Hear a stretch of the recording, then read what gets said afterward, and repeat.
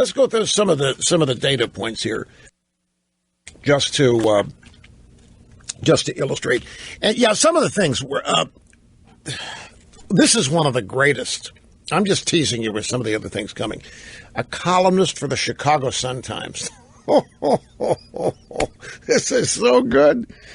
This guy is a columnist, and he was assigned the task of showing how easy it is to get a gun.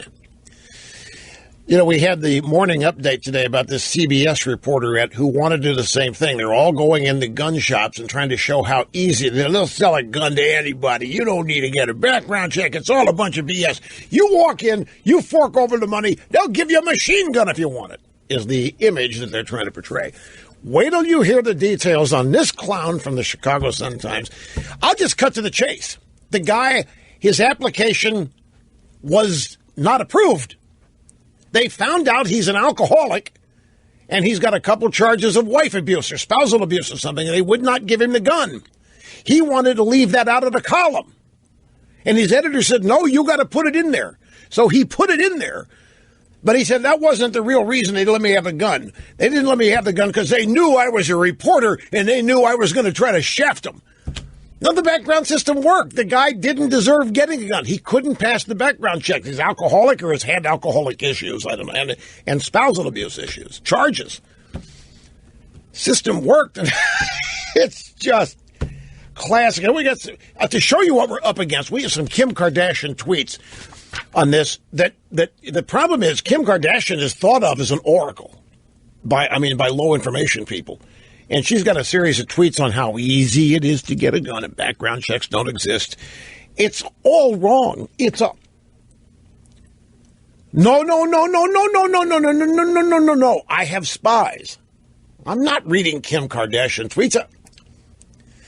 I don't follow anybody on Twitter. I'm not. No.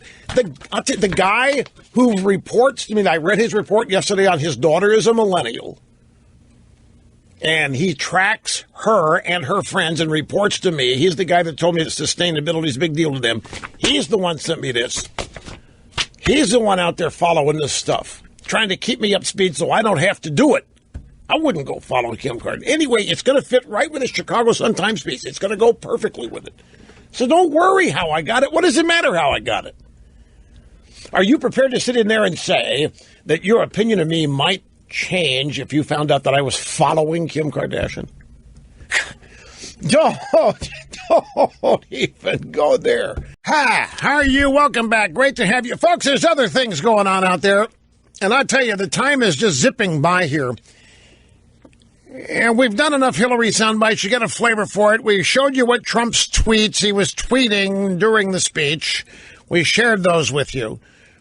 We've analyzed the polling data today. And we've come to the proper conclusion on that. We've got a lot of phone calls in, and there's more to come.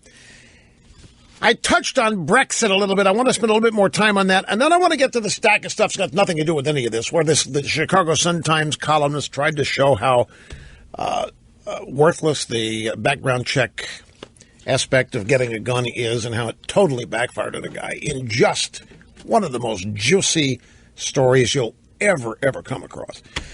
And there's some other things out there, too. I mentioned that this is related to it, the Kim Kardashian series of tweets on background checks, how it's all pointless.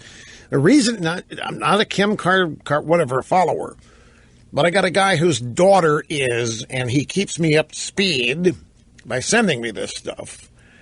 And it's relevant because, whether you like it or not, Kim Kardashian apparently is an opinion maker with a certain segment of the population. And they're young, easily impressionable, and they end up hero worship and celebrity worship, and they end up buying into this, and they grow up thinking it, and nobody ever corrects them, and they end up as adults being totally ill-informed and misinformed and helping to skew this country in bad directions. And, of course, here's another manifestation of it. This silly notion that if there had just been gun control, that Mateen wouldn't have been able to do what he did. This boggles my mind. There were 4 gun control measures that were being debated on the floor of the U.S. Senate, which always happens every time there's a shooting disaster, a mass massacre like this. The Democrats get into gear and use the opportunity, take the opportunity of the event to try to get more gun control. And every sponsor, there were 4 different bills. Every sponsor admitted that his bill would not have stopped Mateen from getting the gun that he used. But it didn't matter. Because the purpose of gun control is not stop Mateen. You know why? Gun control can't stop criminals. The law does not stop criminals. The law does not deter all potential criminals. If it did, we wouldn't have any. If the law deterred crime, we wouldn't have any crime. The purpose of law is not solely to deter people from committing crime. It's how society defines itself in areas of right and wrong and morality. It's how society agrees to punish people that violate various laws. But the law is not there to prevent criminal behavior, because nobody would be stupid enough to think that alone would do it. That's why gun control laws are silly, folks. They're not going to stop anybody who intends to criminally use a gun. There's going to be a black market. You can't ban all guns from a country this big. You couldn't get rid of all of them, no matter what you did. Even if you confiscated every gun, if you were able, and you couldn't even do this. If you went door to door and demanded that everybody in every house, every apartment, every condo, every business turn over their gun to you, and if they did it, which wouldn't happen, you still wouldn't get rid of every gun in this country.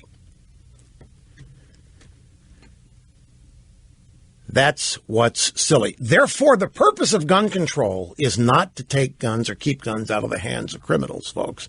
The purpose of gun control is to take guns away from the law-abiding. That's all it is. It's never admitted to. It's disguised as stopping crime, protecting your children, keeping our schools safe. That's bogus caca. There isn't a single law on the books that would have stopped Mateen from getting his gun. There's not a single law that would have prevented him from doing what he did when he got a gun.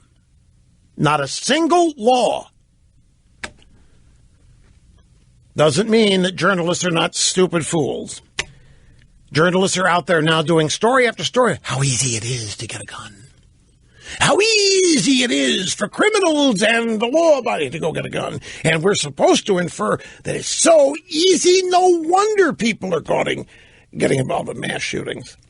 Well, a guy named Steinberg at the Chicago Sun-Times decided to write a column about how easy it is to get a gun and about how worthless the background check aspect of gun control is. And wait till you hear what happened to him. I'm not going to have time to read much of this guy's column. His name is Neil Steinberg.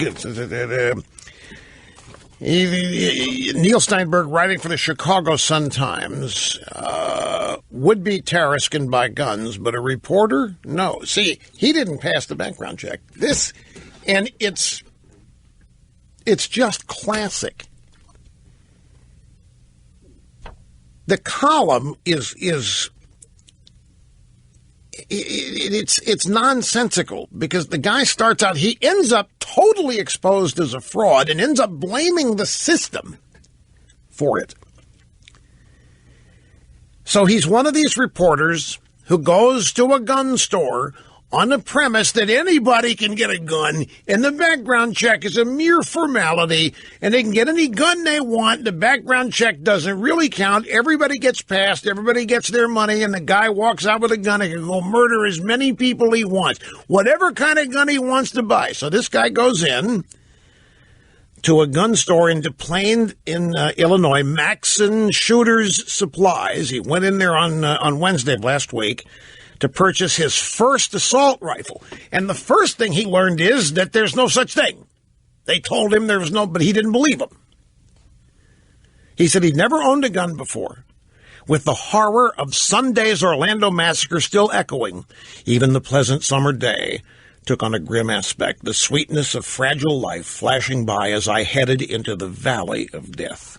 Earlier in my editor's office, I had ticked off the reasons for me not to buy a gun.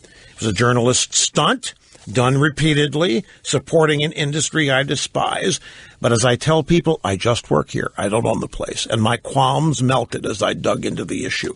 I had trouble even figuring out whether bringing an assault rifle into Chicago is legal. The internet was contradictory. The Chicago Corporation Counsel's office punted me on to that black hole of silence, Bill McCaffrey. I found that Illinois has a 24-hour waiting period between buying and taking possession of a gun. Unearthing that fact alone made the exercise seem worthwhile. I was learning something. And he goes on to talk about the process. Anyway, here's what happened. He went in to buy his assault rifle, and he goes through the process, disguising it as how he's learning things.